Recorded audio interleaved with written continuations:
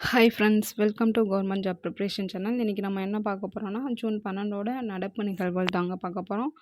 நீங்கள் group 1, group 2, group 4 TNPSC prepare பண்ணுறவங்களா இருந்தீங்கன்னா மறக்காமல் நம்ம சேனலை ஃபாலோ பண்ணுங்கள். நான் ரெகுலராக கரண்ட் ஈவெண்ட் வீடியோ போடுவேன். ஸோ அதை நீங்கள் எக்ஸாம் கிளியர் பண்ணுறதுக்கு ரொம்ப யூஸ்ஃபுல்லாக இருக்கும். வாங்க நம்ம என்ன கரண்ட் ஈவெண்ட் என்னென்னு பார்க்கலாம். ஃபஸ்ட்டு நம்ம புதிய நியமனங்கள் தாங்க பார்க்க போகிறோம்.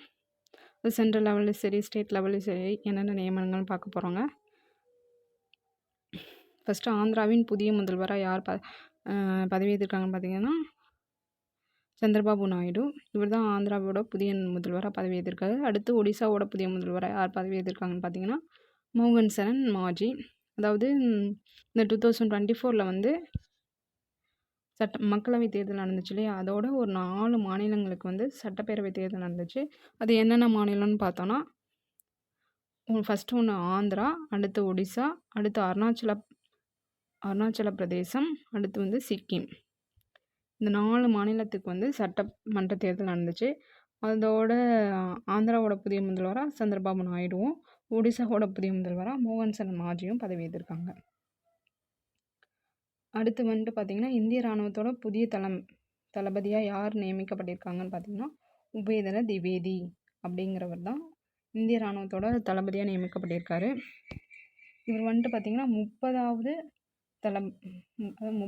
தளபதி, இந்திய இராணுவத்தோட 30வது தளபதி. இதுக்கு முன்னாடி பார்த்திங்கன்னா 29வது தளபதி யார் இருந்தாங்கன்னு பார்த்தீங்கன்னா மனோஜ் பாண்டே.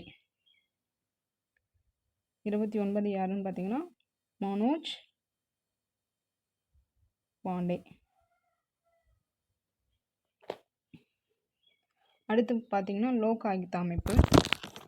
லோக் ஆயுக்தா அமைப்போட புதிய தலைவராக யார் நியமிக்கப்பட்டிருக்காங்கன்னா ராஜாராம். இதுக்கு முன்னாடி லோக் ஆயுக்தா அமைப்போட தலைவராக யார் இருந்தாங்க அப்படின்னு பார்த்தீங்கன்னா தேவதாஸுங்கிறதா இருந்தாங்க. இப்போ வந்துட்டு புதிய தலைவராக வந்து ராஜாராம்ங்கிற வந்து நியமிக்கப்பட்டிருக்காரு.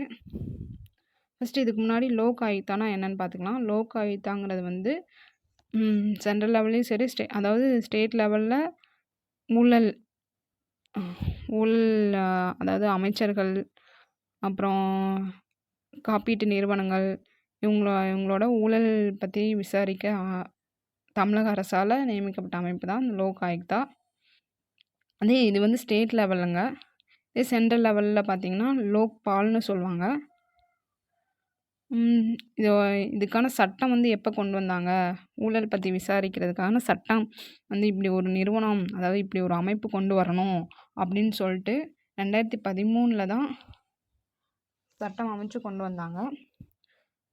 அதே தமிழ்நாட்டில் எப்போ லோக் ஆயுக்தா கொண்டு வந்தாங்கன்னு பார்த்தீங்கன்னா 2018.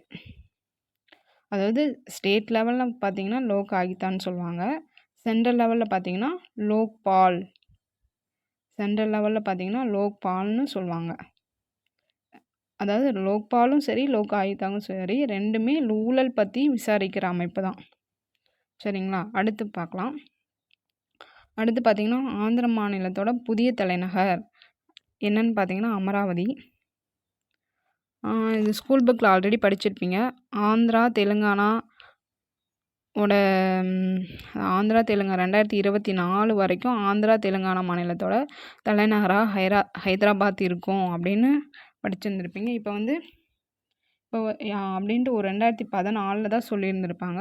இப்போ ஒரு 10 வருடம் முடிஞ்சிருச்சு. அதாவது 2014னா இப்போ 2024 நடக்குது இல்லையா, இப்போ 10 வருடம் முடிஞ்சிருச்சு. இந்த 10 வருஷத்துக்கு மட்டும் ஹைதராபாத் தலைநகராக இருக்கும் அப்படின்னு சொல்லியிருந்தாங்க.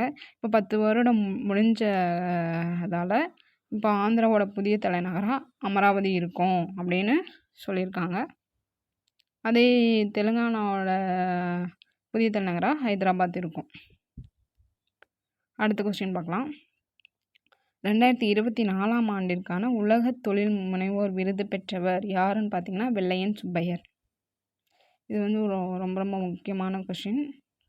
2024 ஆண்டிற்கான உலக தொழில் முனைவோர் விருது பெற்றவர் யாருன்னா வெள்ளையன் சுப்பையர். இவர் வந்து பார்த்திங்கன்னா ஒரு இந்தியர். ஸோ இவர் இந்தியர்னால இந்த கொஸ்டின் கேட்கறதுக்கு வாய்ப்பு இருக்குது. அடுத்து போகலாம். அடுத்து பார்த்திங்கன்னா கனடியன் கிராண்ட் பிரிக்ஸ் விளையாட்டில் வென்றவர், அதாவது 2024ஆம் ஆண்டிற்கான கனடியன் கிராண்ட் பிரிக்ஸ் வென்றவர் அப்படின்னு யாருன்னு பார்த்தீங்கன்னா மேக்ஸ் வெர்ஸ்டேப்பன். அதாவது கனடியன் கிராண்ட் பிரிக்ஸ்னா வந்து பார்த்தீங்கன்னா இது ஒரு கார் பந்தயம். இந்த ஃபார்முலா 1 ஃபார்முலா 2ன்னு சொல்லுவாங்க இல்லையா, அதாவது ஃபார்முலா 1 கார் பந்தயம். இதில் வென்றவர் 2024 பரிசு வென்றவர்னு பார்த்தீங்கன்னா மேக்ஸ் வெர்ஸ்டேப்பன். மோஸ்ட்லி இவர் தான் ஃபஸ்ட்டு வருவார். ஸோ அதே மாதிரி இந்த ஆண்டுக்கும் இவர் தான் ஃபஸ்ட்டு வந்திருக்கார். கனடியன் கிராண்ட் பிரிக்ஸ் 2024 வென்றவர் யாருன்னு பார்த்தீங்கன்னா மேக்ஸ் வெர்ஸ்டேப்பன். Thank you friends. இது போன்ற டெய்லி கரண்ட் ஈவெண்ட் நீங்கள் பார்க்கணுன்னா நம்ம சேனலை மறக்காமல் சப்ஸ்கிரைப் பண்ணுங்கள் அண்ட் மறக்காமல் ஃபாலோ பண்ணுங்கள். தேங்க்யூ.